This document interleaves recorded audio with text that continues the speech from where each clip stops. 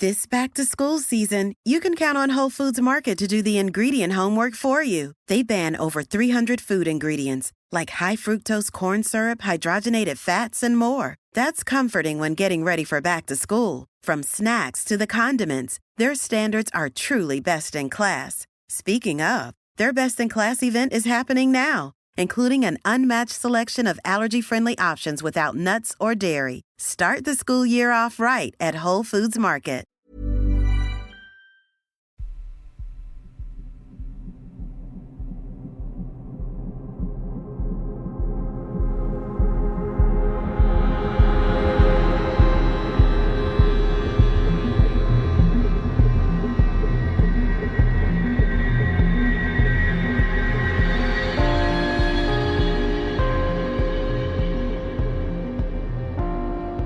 Hello and welcome to mini episode 376 of Real Life Ghost Stories. Now look, I know it was meant to be a main episode, and the main episode was written and ready to go, and I realised by the end of it that actually what I had written about was, in my opinion, a very distressing story about people rather than anything to do with the paranormal, and as a paranormal story it just wasn't very good. And I personally would rather do no episode than do an episode where I try and portray a family's crisis as something paranormal, because I just got to the end of the story and I was like, oh no, I don't think this is a paranormal story at all. So I apologise. Main episodes will be back hopefully next week, and for now let's crack into 3 stories that I have for you today. And the last story comes from the 9th of July 2024, and story number 1 comes from Curtis. Although I'm a little sceptical of this story, I can't help but think it's a bit strange. Before I moved into the flat I'm currently living in, my partner was staying by himself, and one night he woke up at around 3 a.m. to huge banging noises on the wall, which at the time he didn't know where they were coming from. This went on for about 10 minutes and ended in a bang louder than the rest.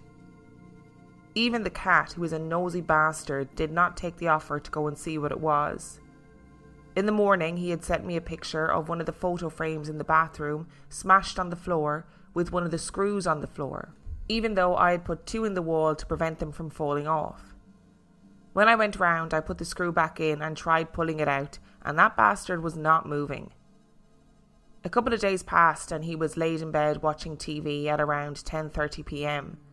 and texted me to say that he could have sworn in his peripheral vision he had seen a little boy walk past his bedroom door and walk into the living room. He got up and shut his door, and safe to say the door doesn't get left open anymore. I did some research on the property, as originally where the flats are used to be one big house, and it does look quite creepy from the outside. I then discovered after the family had passed that once owned the property, the building got turned into a naughty little boys' school, where it states that not very nice things happened in that place. And there are files all online which cannot be accessed for over 100 years. The stories of industrial schools in Ireland are absolutely horrendous, and I'm sure in other parts of the world they are equally as horrendous. Hideous things happened there to children who were incredibly vulnerable and, at the hands of adults who were meant to be helping them to manage their emotions, etc., etc. To me, it would be absolutely no surprise that there would be some residual energy left over in a place like that, with all of that anger and upset and trauma and sadness and, it just, of course that emotion is going to stay there. If I was the spirit of a little boy who had been sent to one of those schools and then as a result was abused by the people in my care, let me tell you, I'd be smashing shit up in the bathroom as well. Because to me that feels very angry. That level of destruction, to rip the picture off the wall, bang, bang, bang, that kind of thing. It feels very angry. It feels very angry and look at me and you need to see me, you need to hear me, you need to be frightened of me. And while I wouldn't appreciate my shit being ripped off the wall, I would also kind of be like, okay, that this makes sense, as it was a school for troubled boys. And story number 2 comes from Lizzie. First of all, I'm a skeptic when it comes to the supernatural. I love the thought of unexplained mysteries and magic, but my first reaction to any uncanny situation is to look for rational explanations. There have only been a couple of times in my life where I encountered something that I was truly and genuinely unable to explain. The first story is kind of sweet.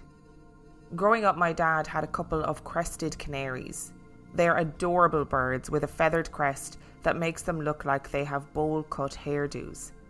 They also have the most gorgeous song, and it was always a rare treat to catch them singing. Unfortunately, by the time I was a teenager, both birds had gotten quite old and died within a few weeks of each other.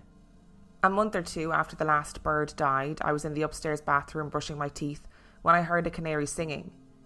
I remember distinctly thinking about how beautiful the song was and how long it had been since I last heard it. And then I remembered why it had been a while. How the last canary had died weeks ago.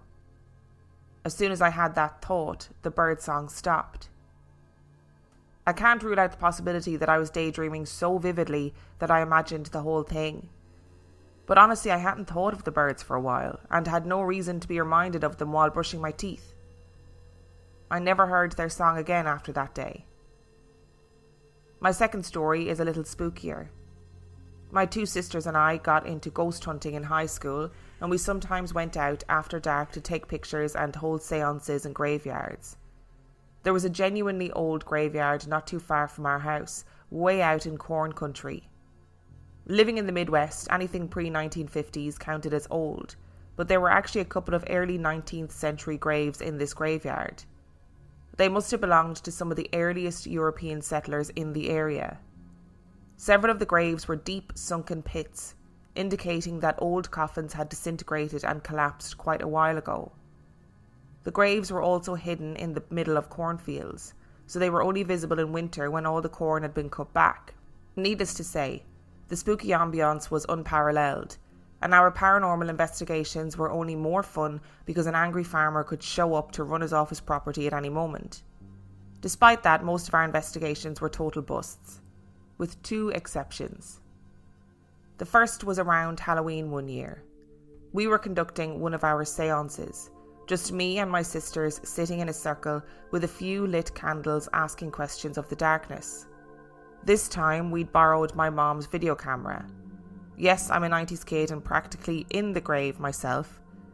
Nothing exciting happened during the seance itself, but when we watched the video playback later, hoping to see a ghost on camera, we instead discovered that a fourth voice, one that none of us had heard at the time, had joined our seance. It sounded like the voice of a young child, probably a girl, and she said something in a language that none of us spoke. It sounded French, maybe, definitely not Spanish or English. And when I say she spoke, I mean that you could hear this voice on our video recording as clear as day. We were all spooked, and there was a half-hearted attempt for each of us to point fingers at the others for pulling some kind of prank, but I honestly don't know how that would be possible. This was before video editing was easily available, and we checked the video straight from the camera after the seance. On top of that, none of us had heard anything at the time, and for a voice to be picked up that loudly on camera in the middle of this empty cornfield, we absolutely would have heard it. I think the tape of that seance is still in my parents' house somewhere, unless my sisters were so freaked out that they destroyed it. Not out of the question. One more thing happened at that graveyard during our very last visit there. It was winter this time, and snow was coming down hard and fast. It was one of those still, silent winter nights where we were all in the mood for a ghost story. So we piled into my sister's Jeep and drove down this tiny gravel road towards the cornfields. No one else was on the road. Not that it was ever busy, but with the snowstorm there was no chance of running into anyone else. We parked the Jeep at the edge of the road and hiked the short distance into the field to reach the graveyard. Took a few pictures, then decided it was too cold to stay out much longer and made our way back to the car. When we got there, we noticed there was a deer in the road. It hadn't been there when we parked a few minutes earlier, but it was quite distinctly dead by the time we found it. It had what looked like a broken neck and a few bloody wounds. And it was still warm. I could see the snow melting on its fur. My first thought was that a car had hit it. It was in the road after all, but the road was still covered in snow, with no sign of any tyre treads but our own. There were just the deer's footprints, walking out in the middle of the road where something killed it. Something that left no mark in the fresh snow. We got out of there fast, let me tell you, and we haven't been back since. I don't have any evidence for these experiences, except for the tape of the seance, if it's still around. But I hope you believe me when I say that these things happened to me. I can't explain them and I can't prove them. And some days I honestly wonder if maybe I missed something obvious that would make everything make sense. But as often as I've thought about my dad's ghost canary and that old graveyard, I can't think of any way those experiences are anything other than supernatural. Oh, I do love a bird. We get bird stories every so often and they make me really happy. And I do feel like, we get stories about dogs and cats coming back and letting their owners know that they're okay or whatever.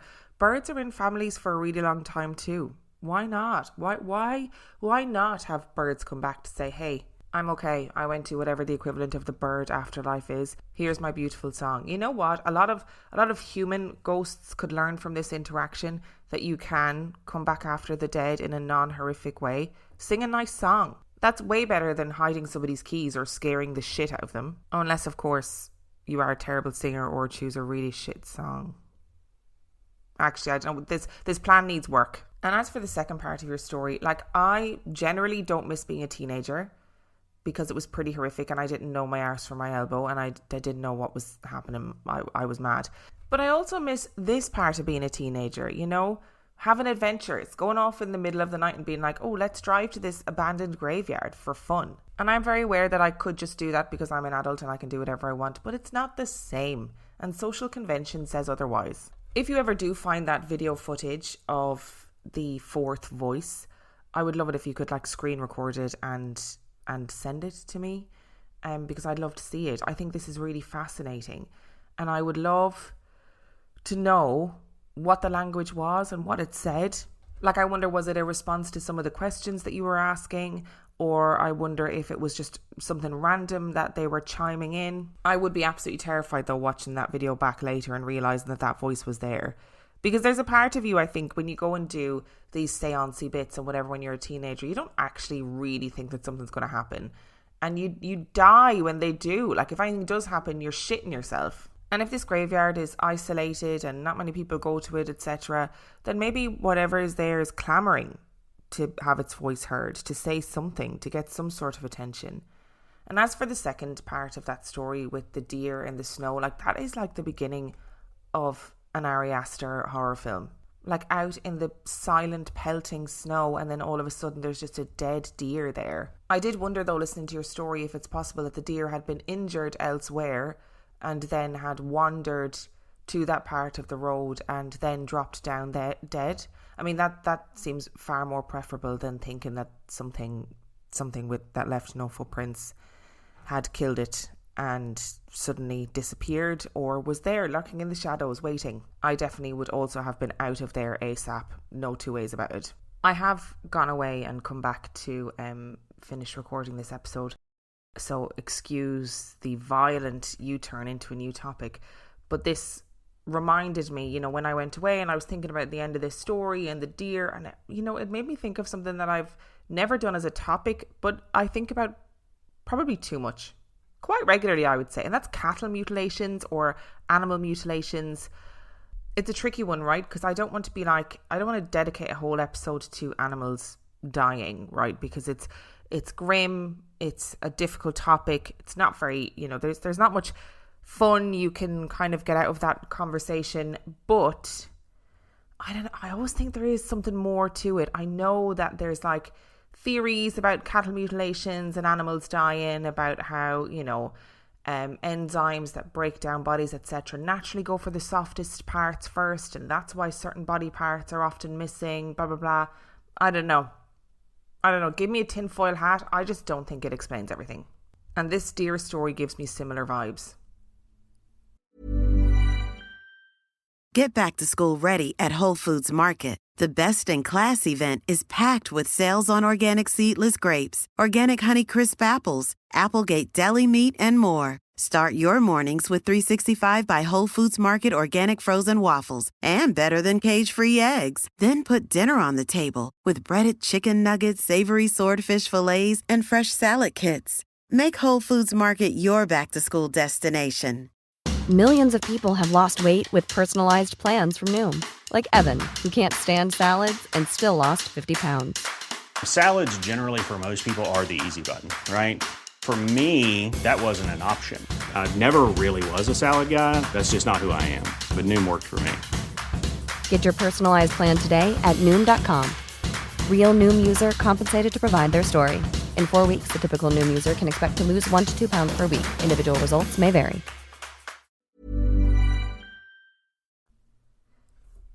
And story number 3 today comes from Whitney. Growing up, I knew my family was weird. Both sides of my family have been involved in paranormal activity, whether it is having experiences with everyday life or being ghost hunters. I was told that every 7th born in our family is born with a little gift. And luckily for me, I am a 7th born. I am not psychic or a medium and sure as hell can't shoot webs as much as I've tried. I do occasionally see things that others don't, and I'm very sensitive to high EMF. If I do see or sense someone's presence, I tend to see them in sparkles, like someone just sprinkled pixie dust. This is not an on-demand gift, and I cannot talk to dead people. I've never been able to sleep during full moons either, for whatever reason. I've only told this to 3 people in my entire life, as I know it's something that people will think I'm crazy. When I was a young child, I befriended this elderly woman and we would play on a daily basis. We would play games in the yard when it wasn't too hot, and if it rained, we would make space to play in the living room. She was like a second grandma to me. I only had one. We were getting ready to move from the house and I asked my mom if the older lady was going to move with us. She laughed and said no. I kept asking if she could move with us and eventually she said she didn't know who I was talking about. She thought I was talking about an imaginary friend. I said the lady that plays with me. I then began to describe her in great detail. Mom knew exactly at that moment who I was talking about. My mom loved antiquing and had bought an old trunk from an estate sale whose owner was an elderly lady. We used this trunk as a keepsake holder, so some of my baby clothes, family accomplishments and whatnot are kept in this trunk. Unbeknownst to me, Mom still had a painted portrait of the lady in the trunk. I was a small toddler, and the trunk's lid was too heavy to open, so she knew there was no way that I could have seen the portrait. My mom went to the trunk and got rid of the portrait. Maybe gave it back to the family, I don't know. We do believe that there are some spirits who either get lost on their way to heaven and just need a little more help getting to where they need to go. So Mom, being the sweet angel that she is, politely told the woman that her loved ones are waiting for her on the other side and that she should look for the light. The woman did just that. After that moment, I didn't see her again. And yes, my parents still have that antique trunk along with other antique objects. I'm not afraid of the dark, just of what's in it. I have a hard time sleeping in complete darkness, which drives my husband insane. I can sleep anywhere, just not in the dark. When I was 10, I went to a summer basketball camp at a local university about 3 hours away.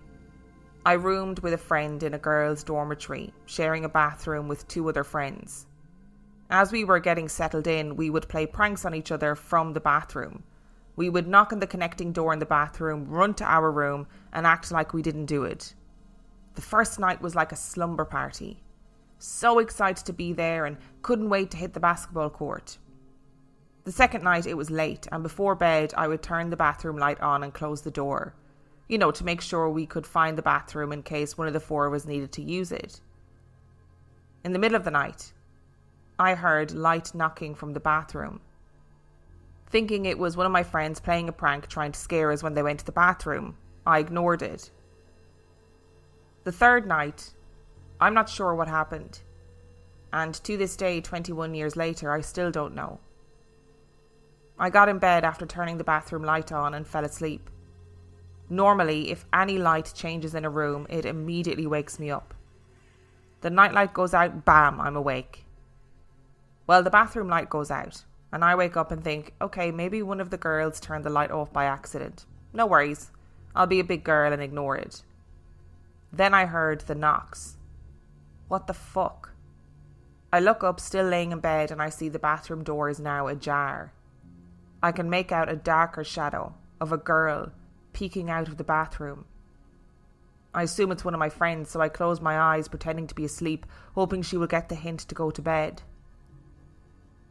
A few minutes later, I check to see if the figure is still there. She isn't. She is now standing halfway to my bed in the middle of the room.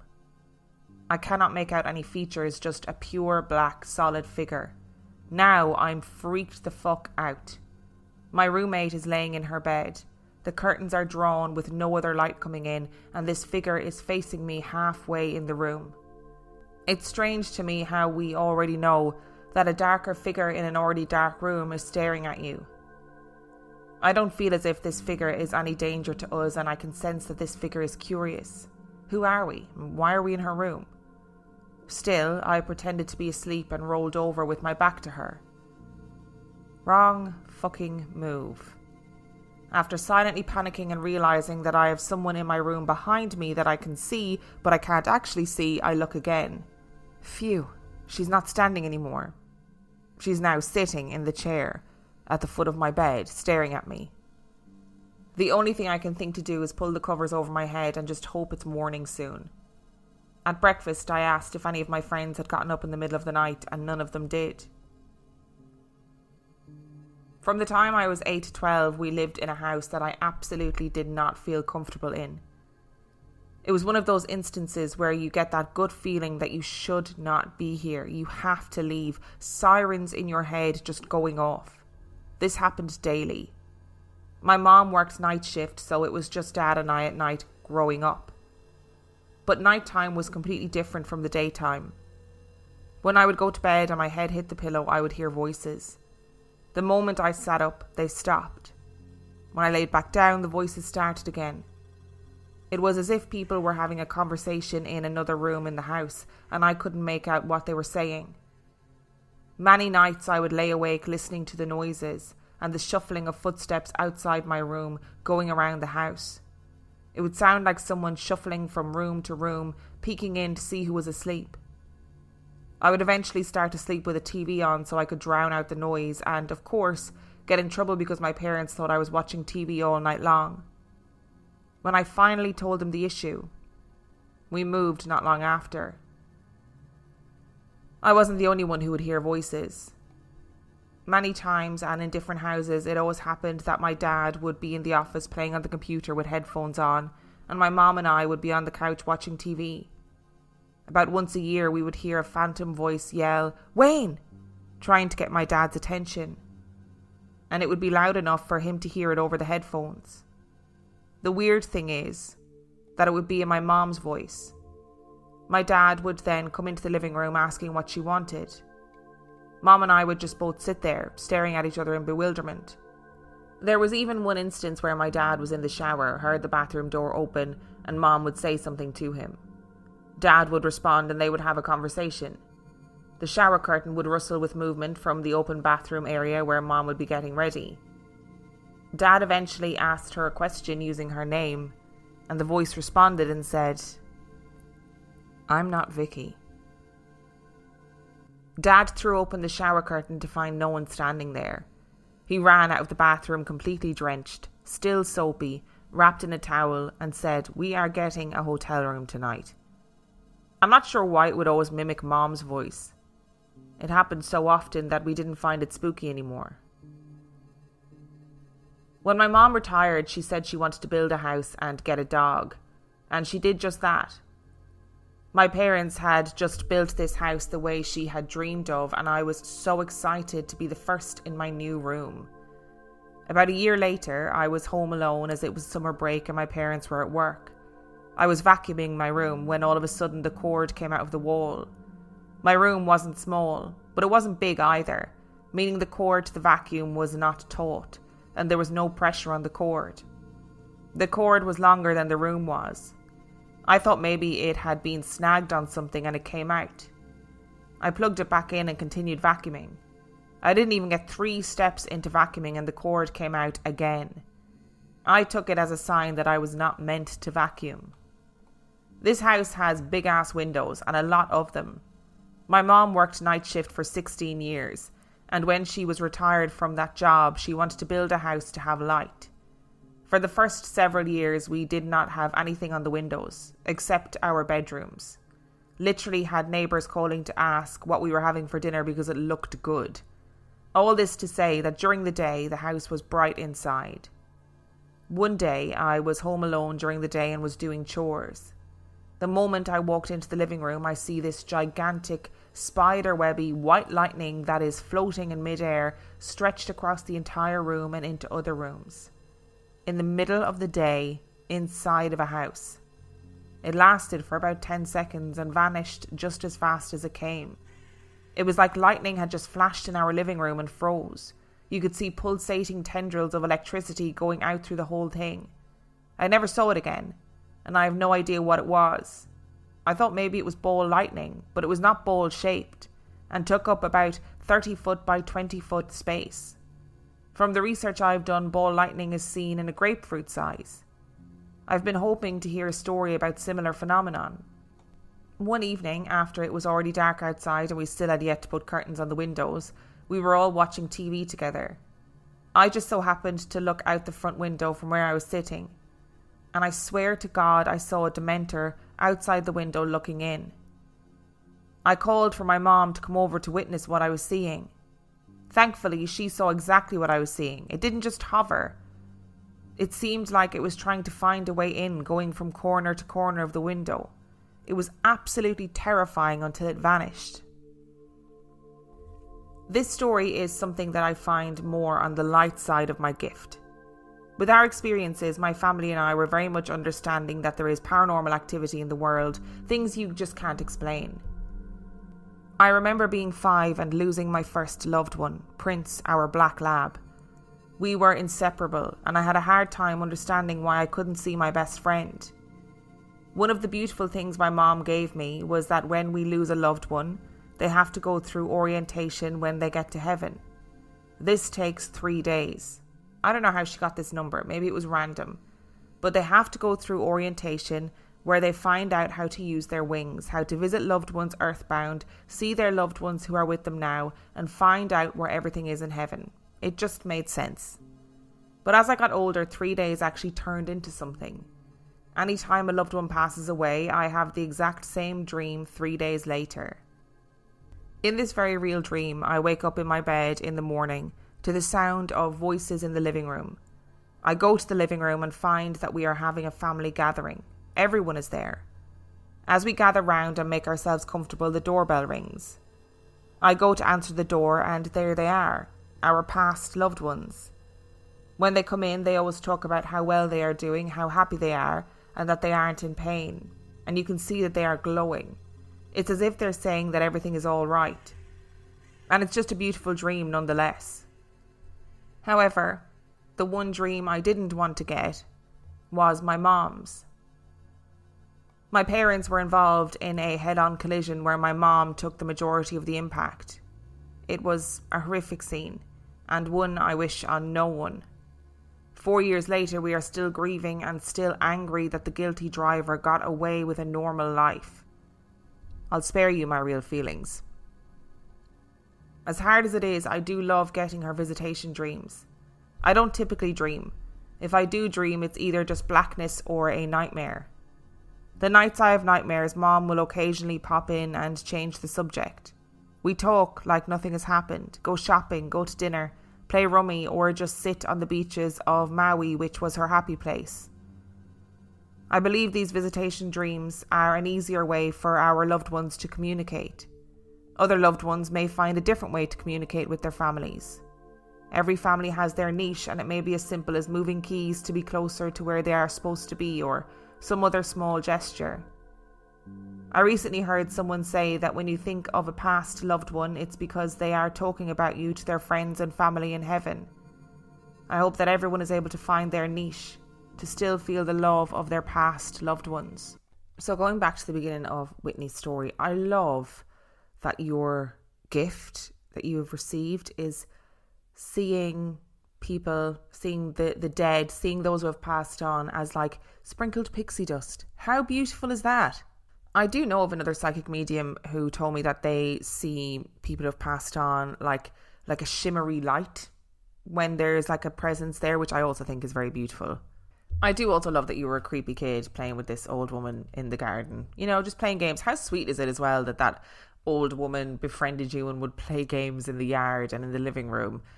But your mum must have gotten such a fright when you were like, no, this is what she looks like. And your mum is like, oh, shit.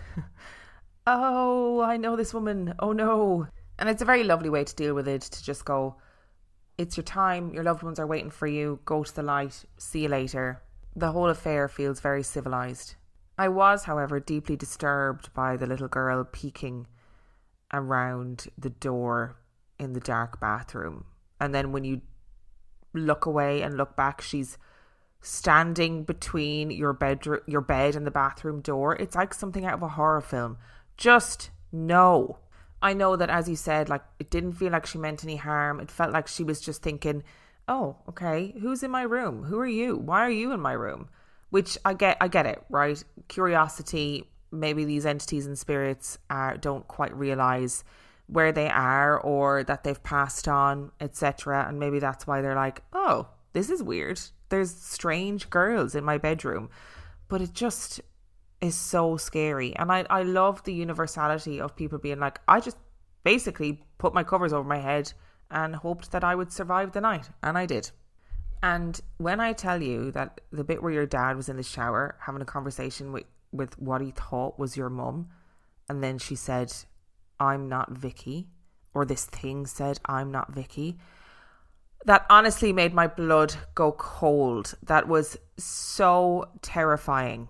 I still do not understand these mimics that mimic the voice of somebody in the house. I mean, everybody in the house was hearing it. This wasn't a case of like exploding head syndrome, or it wasn't a case of your dad getting really tired and then hearing these voices, you know, or hearing the sound of your mom calling his name, which is quite a common auditory hallucination, right? This is something that you were all hearing. And then he's having like a prolonged conversation with something that is in the bathroom. And then he realizes it's not your mom because it says, I'm not Vicky. I fully understand him being like fucking zipping out of the shower, still drenched, still soapy, and being like, we're staying in a hotel tonight. We are absolutely not staying here tonight. I just don't understand the point of mimics or what the end goal is. Is it just to frighten people? Is that all it is? To show power, to show strength, to engage people? I just will never understand it. I'm sort of trying to move through these stories chronologically and give my opinion like story by story. And I have to say, if something was trying to stop me from vacuuming the house, I'd be like, I'm happy that that's how you're haunting me. I hate hoovering. It's one of the jobs that I just irrationally hate. I don't know why. Hoovering makes me want to claw my eyes out. I hate it. So if a ghost is like, stop hoovering, I'd be like, listen, you don't have to tell me twice, Casper. And as for the lightning, this, I don't know what else to call it, this huge cloud of lightning that was in the house in the middle of the day, it just sounds like almost like pure energy. Do you know what I mean? Like pulsating tendrils of electricity going out through the whole thing. And I've seen pictures or videos of what people say is ball lightning. It's really hard to know these days what is edited, what is doctored, what is real videos. Like, it's hard to know. But yeah, from what I've seen of ball lightning, it's relatively small, like maybe football sized at its largest. Like, not this huge, sprawling, tendrily big thing. It's like, God, I hate that I'm saying this. It's like a portal that you would see in a horror film. But it does seem like something energy related. Like, I don't know. I don't know. That's about as much as I have for you. And as for the Dementor, like floating outside the window trying to get in, and thank God your mom saw it too. Otherwise you'd be like, why is nobody else seeing what I am seeing? There is a Dementor, or what looks like a Dementor, outside the window trying to get in. Again, what even is that? In the story that I was going to do for today's episode but decided against it, there was a bit in the story where they talked about seeing an entity in the house that was like the Grim Reaper, that looked like the Grim Reaper. and that priests and people they consulted believed that this was the true form of this negative energy, and that this sounds quite similar. So maybe because of your gift of being, the seventh child and having that gift of being able to see things maybe that other people can't, maybe that produces an energy, and maybe that attracts things, or maybe that house was built on land where there is an energy that attracts things. And as for your 3 days, I think it's a very beautiful way to look at things, that it takes time to figure out how to get used to the afterlife and how to use their wings and to see the loved ones that they've lost. And I'm really sorry that you lost your mom in such a sudden and horrible way. And I can't even imagine the anger that you would feel towards that driver and them getting to continue as normal. And I can't even get my head around how you would manage that. But I do think it is beautiful that your mom still comes to visit you in your dreams, and I think that is something that is really important for people to hold on to, that people who have passed away, they may not communicate with you in one singular way. It might not be that the only way to communicate with your loved ones from the afterlife is through dreams, or the only way to communicate is this or that or the other. It might be something that is completely unique to you and your family's situation, and that's a pretty lovely thought. Thank you so much for listening to today's episode. Thank you to Curtis, Lizzie and Whitney for sending in your stories. Remember, the last story came from the 9th of July 2024. And if you would like to send in your story, you can do so by emailing it to reallifeghoststoriespodcast@gmail.com. You can also check out the website reallifeghoststoriespodcast.com. And if you are desperate for some extra content, you can subscribe to the Patreon. That is patreon.com/reallifeghoststories, where for $5 a month or $2 a month, you get access to heaps of extra content, as well as every single main and mini episode completely ad-free. And on that note, I shall see you next time.